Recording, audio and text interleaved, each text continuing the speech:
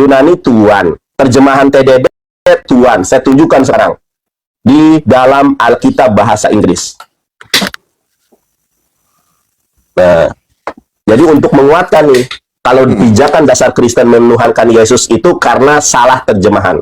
Abang lihat di depan saya, Bang, lihat Bang. Yes. Ini adalah Holy Bible. Harganya 800.000. Saya aturkan terima kasih kepada Pak Haji dari Makassar yang sudah mensupport saya dengan membelikan buku ini. Bang, lihat Bang ya.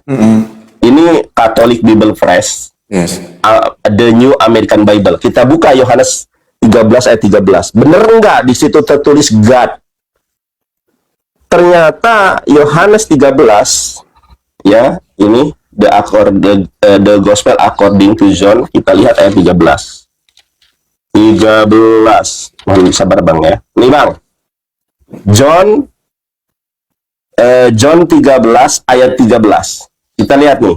Ayat 13, mana 13? Nah ini. You call me teacher and master, and rightly so, for indeed I am. You call me, kamu memanggil aku teacher, guru, and master, bukan God Bang. Jeder. Jadi bertobatlah Abang, tidak mempunyai dasar. Bentar Bang ya. Atau kita 5 menit aja ya, biar enak Bang ya. Nanti setelah ini Abang 5 menit biar tidak menyanggah. Tapi setelah ini nanti saya bertanya satu pertanyaan sama Abang. Boleh. Ini selesaikan dulu yang ini. Silakan. Ya, nanti ini 5 menit saya selesai. 13 ya, jangan lari ke sana kemari biar saya jelas. Gimana? Fokus di Yohanes 13 ayat 13 saja, jangan lari-lari ya. Baik. Enak penjelasannya. Oke, lanjutkan. Ya, jadi Yohanes 13 dalam bahasa Yunani, saya tunjukkan lagi bahasa Suryani ya. 5 bahasa saya tunjukkan nih. 5 bahasa saya tunjukkan ya.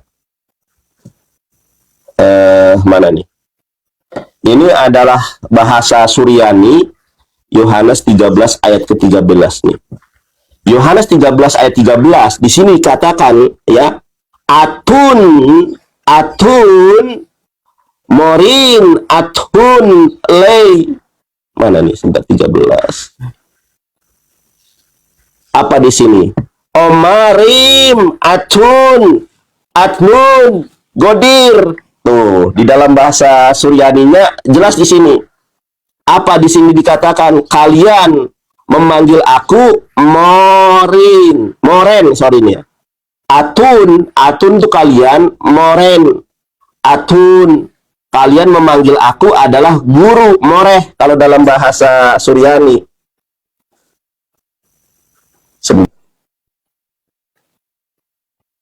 Loh, kemana Bang? Sebentar, ada yang telepon. Oh ya. Ya, jadi dalam bahasa Suryani, dalam bahasa Ibrani, dalam bahasa Yunani, dalam bahasa Arab, Yohanes 13 ayat 13 murni adalah, mohon maaf Bang, ini adalah manipulasi dari LAI untuk menyesatkan umat Kristen di Indonesia. Dalam Alkitab bahasa Inggris, master. Dalam bahasa TDB, master, Tuhan. Dalam bahasa Alkitabul Muqaddas, Tuhan. Kalau Abang nggak percaya, ada juga Alkitabul Muqaddas di rak buku saya. Jadi tidak pernah ada dasar orang Kristen menuhankan Yesus kecuali karena terjemahan yang menyesatkan. Oke. Iya, belum waktu saya Bang. Nah, bukan hanya menyembah Yesus Bang, menyembah Roh Kudus juga tidak memiliki dasar. Bahkan Musa tidak kenal itu Roh Kudus.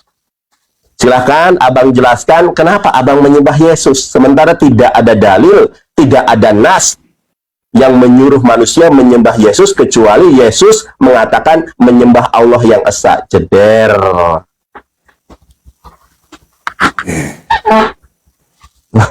5 menit ya. Ya, 5 menit sekarang Abang. Sebentar Bang. Saya mau balas WhatsApp dulu ya. Oke. Nanti sebentar. Cuma balas WhatsApp doang, soalnya telepon.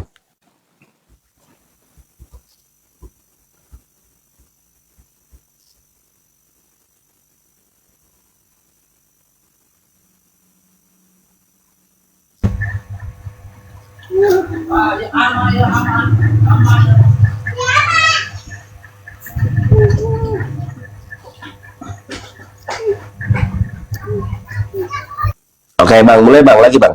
Mohon maaf Bang ya, ada Oke. telepon soalnya. Siap. Oke, silakan. Oke, Man. Oke.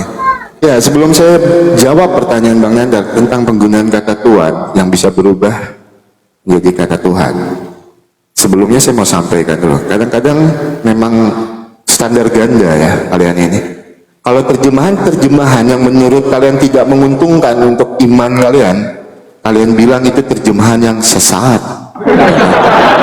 Tapi kalau terjemahan-terjemahan yang menguntungkan untuk kalian, kalian gunakan Alkitab itu untuk memperkuat dalil kalian. Ya sebenarnya kalau memang menurut kalian terjemahan itu sesat, jangan gunakan dong. Jangan gunakan Alkitab itu untuk memperkuat dalil kalian. Ya karena terjemahannya kan sesat, ya kan? Itu. Tapi kalau yang menguntungkan tuh kan, boys kalian pakai lah itu. Tapi kalau tidak menguntungkan, kalian kalian bilang terjemahan itu salah. Saya mau jelaskan sedikit teman-teman. Ya memang itulah orang-orang yang standar ganda ya kan. Gitu. Yes. Jadi gini. Yohanes 13 ayat 13 saya bacakan ya. Kamu menyebut aku guru dan Tuhan, dan katamu itu tepat, sebab memang akulah guru dan Tuhan. Itu. Yes, di dalam terjemahan lama itu menggunakan kata Tuhan. Itu. Dan di terjemahan baru Lembaga Alkitab Indonesia mengartikan itu sebagai kata Tuhan. Nah, kalau kita ingin mengartikan satu kata, kita jangan fokus dengan satu kata itu, tapi kita harus lihat konteks kalimatnya dulu. Itu. Kita harus lihat konteks kalimatnya. Kata Tuhan itu menggunakan kata kurios. Dalam Kamus Besar Bahasa Yunani itu bisa diartikan sebagai Tuhan. Kamu menyebut aku guru dan Tuhan, dan katamu tepat. Itu. Nah, kalau memang kata Tuhan di sini yang dimaksudkan Bang Nandar, misalnya Tuhan dari sebuah perusahaan, dia cuma melingkupi kekuasaan di sebuah perusahaan itu. Ya, saya akan bandingkan Bang di dalam Filipi 2 ayat yang ke-10 sampai ke-11. Segala yang ada di langit, segala yang ada di atas bumi, segala yang ada di bawah bumi bertekuk lutut menyembah. Segala lidah mengaku Yesus Kristus adalah Tuhan. Saya gunakan kata Tuhan di sini. Kata Tuhan. Tuhan seperti apa? Segala yang ada di langit, segala yang ada di atas bumi, segala yang ada di bawah bumi bertekuk lutut menyembah, dan segala lidah mengaku Yesus Kristus adalah Tuhan bagi kemuliaan Allah Bapa. Tuhan seperti apa? Nah, makanya gini, kata Tuhan itu tidak akan pernah bisa berarti menjadi Tuhan apabila di dalam konteks kalimat Tuhan dalam sebuah rumah. Kata Tuhan di situ tidak akan pernah bisa menjadi Tuhan. Karena apa? Tuhan dalam sebuah rumah itu cuma menguasai kekuasaan di dalam rumah. Tapi kata Tuhan akan bisa berarti sebagai Tuhan di dalam Filipi 2 ayat yang ke-10 sampai ke-11. Segala yang ada di langit, segala yang ada di atas bumi, segala yang ada di bawah bumi bertekuk lutut menyembah. Segala lidah mengaku Yesus Kristus adalah Tuhan bagi kemuliaan Allah Bapa. Maka kata Tuhan bisa diartikan sebagai Tuhan. Oke, saya bawakan analogi yang gampang ya. Kata Gusti tidak akan pernah bisa berubah. Kata Gusti tidak akan pernah bisa diartikan sebagai Tuhan apabila di dalam konteks kalimat Gusti Prabu Penguasa Siliwangi. Gusti Prabu Siliwangi. Kata Gusti di situ tidak akan pernah bisa diartikan sebagai Tuhan. Karena apa? Gusti di situ cuma melingkupi kekuasaan daerah Siliwangi. Nah, kata Gusti itu akan bisa diartikan sebagai Tuhan. Misalnya, Gusti Yesus pencipta langit dan bumi. Maka kata Gusti bisa diartikan sebagai Tuhan. Makanya kalau kita ingin menafsirkan satu kata, kalau kita ingin mencari arti satu kata, jangan tinggalkan konteks kalimatnya. Itu. Kalau kita ingin mengartikan kata Tuhan di situ, kita harus lihat konteks kalimatnya dulu. Maka dari itu Lembaga Alkitab Indonesia mengartikan kata Tuhan menjadi Tuhan. Perubahan kata dari terjemahan lama ke dalam terjemahan baru tidak merubah arti dan tujuan penulis. Itu karena di dalam Filipi 2 ayat 10 sampai 11 jelas. Segala yang ada di langit, segala yang ada di atas bumi, segala yang ada di bawah bumi bertekuk lutut menyembah, dan segala lidah mengaku Yesus Kristus adalah Tuhan bagi kemuliaan Allah Bapa. Makanya yang saya bingung teman-teman ini, kalau misalnya tidak menguntungkan buat mereka dibilangnya ya kan sesat, tapi kalau yang menguntungkan buat mereka dipakainya untuk memperkuat dalilnya. Itu silakan abang, udah jam 11 sebenarnya bang. Itu Belum, aduh, gimana? Oke, Terakhir saya tanggapi dong. Boleh. dulu saya tanya dulu dong, kan tadi saya mau Ya boleh, silahkan abang, silahkan. Oke. Saya minta maaf sebelumnya buat teman-teman muslim, saya minta maaf. Ya. Saya bertanya, abang boleh menjawab sekalian menanggapi ya, yang tadi ya. Ya boleh.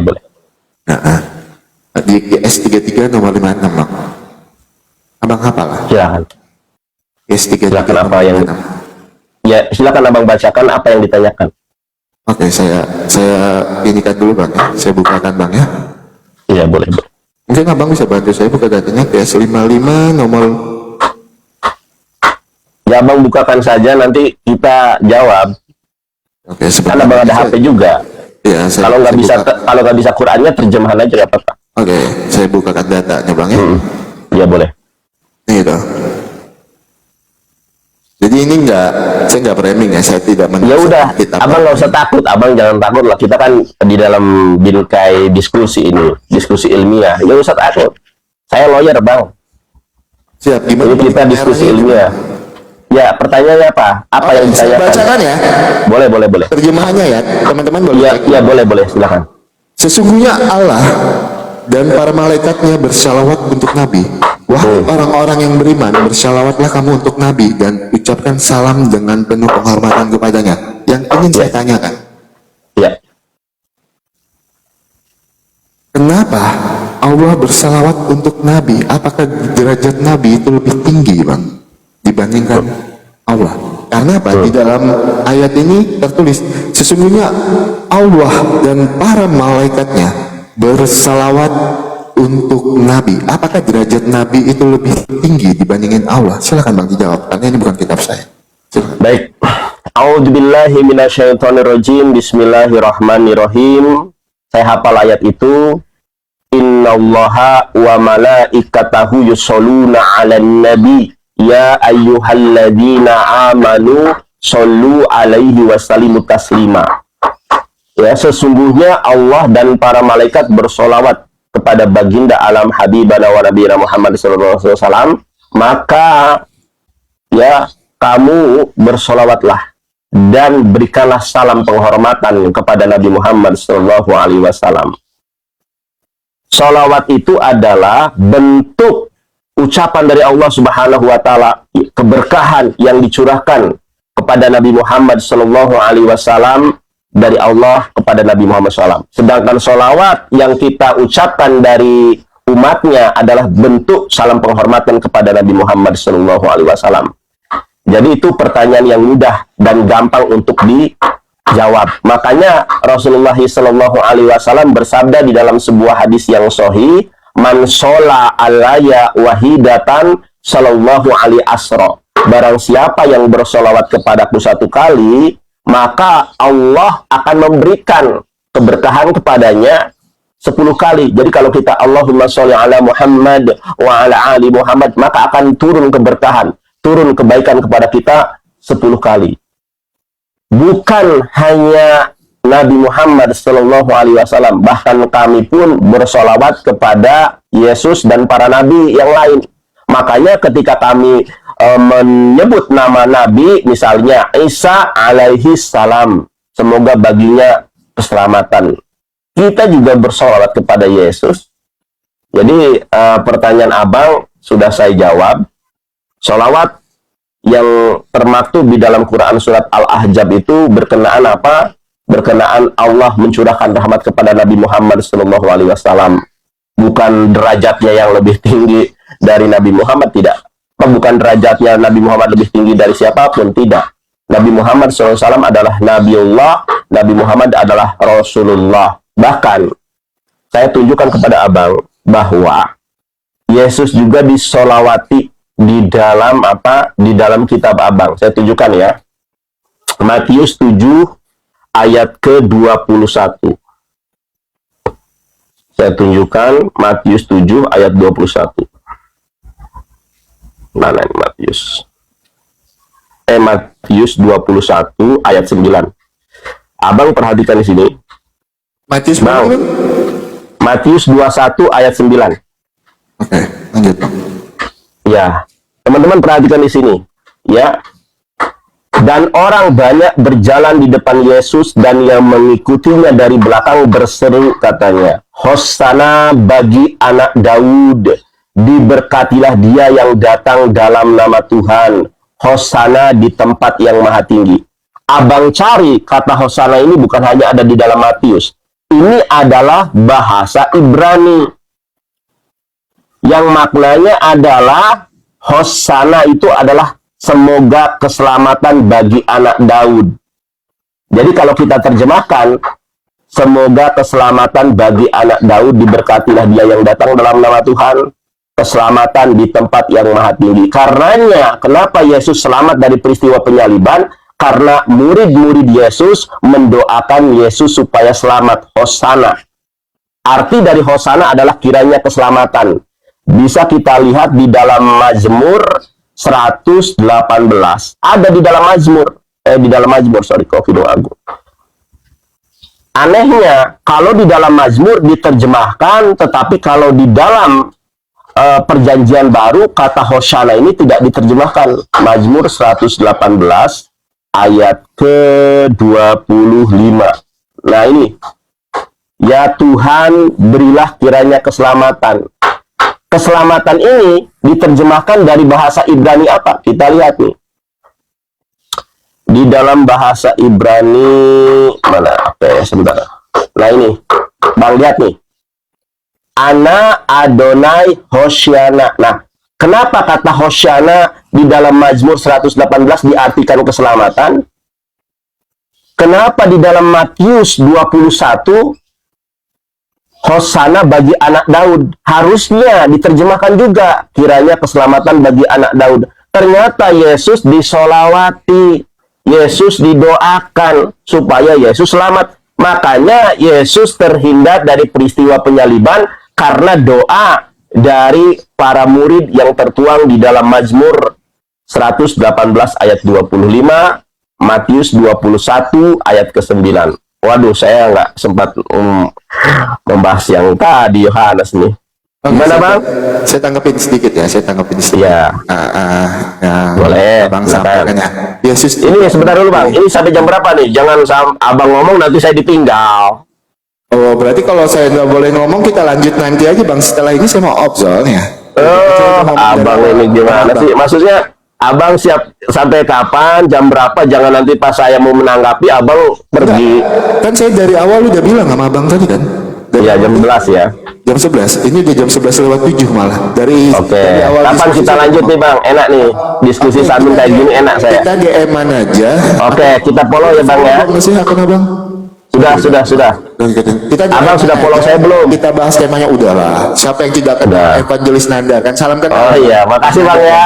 Bang, sumpah Bang, saya sangat senang kalau teman-teman Kristen diskusinya kayak Abang, santun, gak menghujat, ya kan? Kita kan orang-orang yang menonton ini kan terberkati gitu. Oh, penyampaian Bang Nandar seperti ini.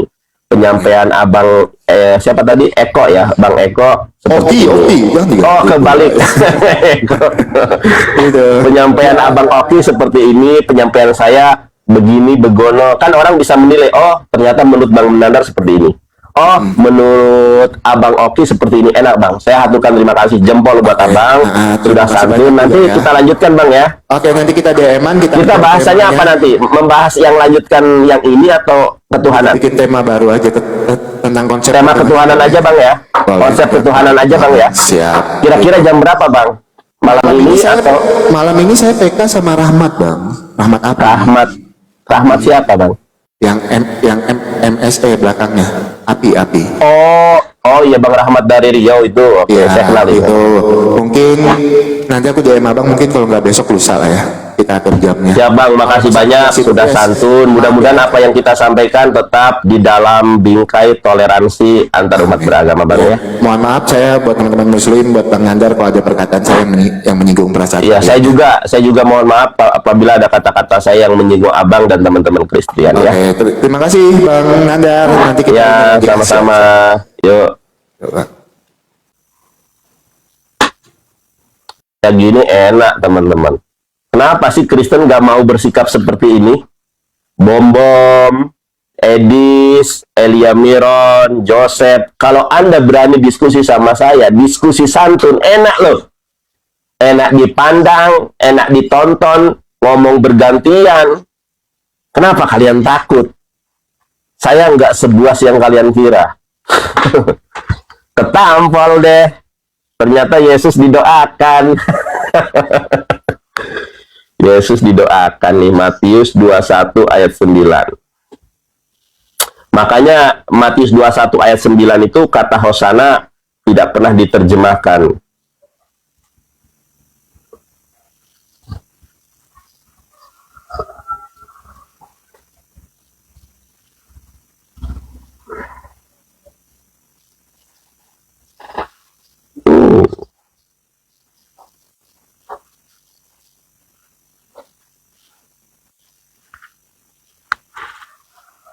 Kalau naik santun, enak didengar. Bergantian ngomong.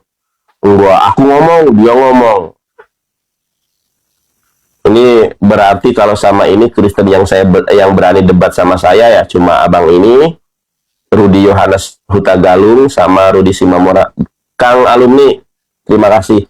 Teman-teman ingat, nanti tanggal 16 September saya, Bang Juma, Ustadz Wafi, Ustadz Ali, Bang Moto, Ardiansa, sama teman-teman yang lain akan bergabung, Ustadz Sugi akan bertemu di acara APII tanggal 16 September. Teman-teman, sebelum kehabisan, silahkan daftarkan diri Anda ya di acara ulang tahun APII 1 tahun. Sebetulnya acara yang sesungguhnya itu debat antara Islam dan Kristen. Karena Kristen yang nggak ada yang orang Kristen yang nggak ada yang berani, akhirnya kita ganti acaranya itu. Ya, silakan daftarkan. Yang mau mendaftar, yang mau hadir, ada apa namanya HTM-nya ya.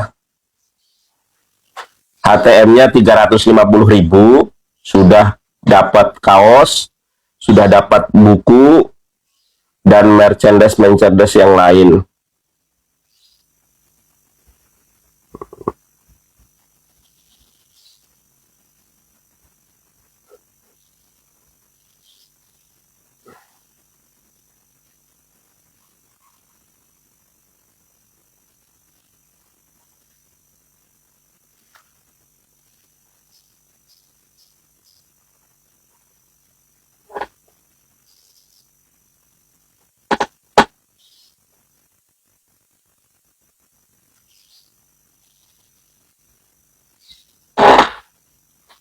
Nah, teman-teman bisa lihat ini ya.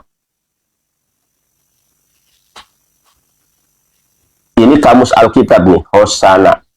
Kata Ibrani yang berarti berilah kiranya keselamatan. Tuh, teman-teman ya, Hosana itu. Hosana, kata Ibrani yang berarti berilah kiranya keselamatan. Kalau Hosana bagi anak Daud, berilah kiranya keselamatan bagi anak Daud. Ceder kan. Kapok kan.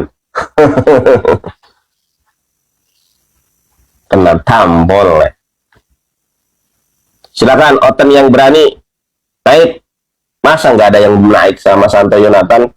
Aku tadi mau baca ini Suryani, baik dalam bahasa Suryani, bahasa Yunani, bahasa Ibrani nih. Saya pamer nih teman-teman ya. Ini saya baru belajar Suryani.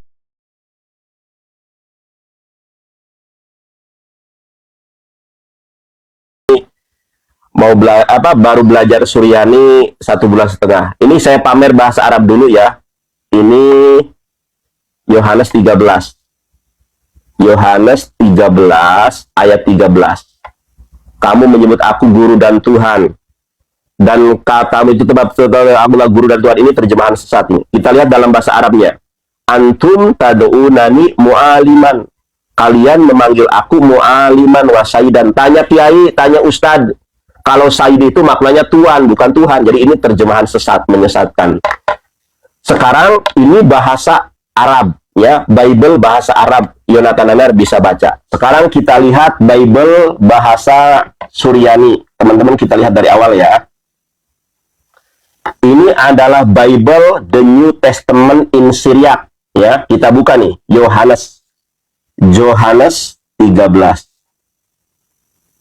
Yohanes 13 nih ya. Nih. John 13 nomor 13. Bener nggak di situ ada kata Tuhan? Nih, saya bacakan kepada teman-teman ya. Ini bacaannya atun moren. Atun morentun.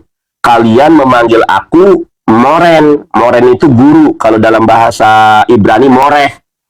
Atun morentun li. Sebentar, ini ke bawah mana? Li. Nah, ini. Atun morentun li. Ya, daban moran 14 ini, makanya nggak nyambung. Mana 13 tuh. Saya. Yohan atun morentun li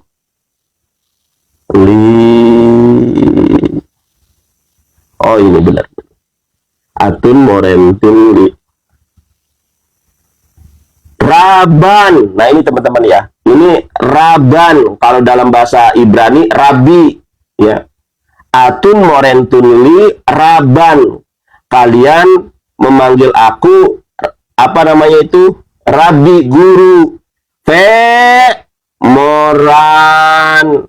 Dan kalian juga memanggil aku, apa? Tuan. Jeder. Bahasa Yunani. Sekarang kita lihat bahasa Yunani. Ini bahasa Arab sudah. Bahasa Ibrani. Bahasa Yunani. 13. Yumes poneite mehodidas kalos kai ho kurios kai kalos legete ainigar. Ini juga Tuhan. Bahasa Ibrani. Yohanes 13 ayat 13. Atem kor imli rabi fe adon yafeh atem osim seken anihu. Jeder. Mau bahasa Ibrani, mau bahasa Yunani, mau bahasa Suryani, tidak pernah ada dasar untuk menuhankan Yesus. Semua itu adalah kepalsuan. Data tentang Yesus Tuhan itu adalah kepalsuan terjemahan. Ceder.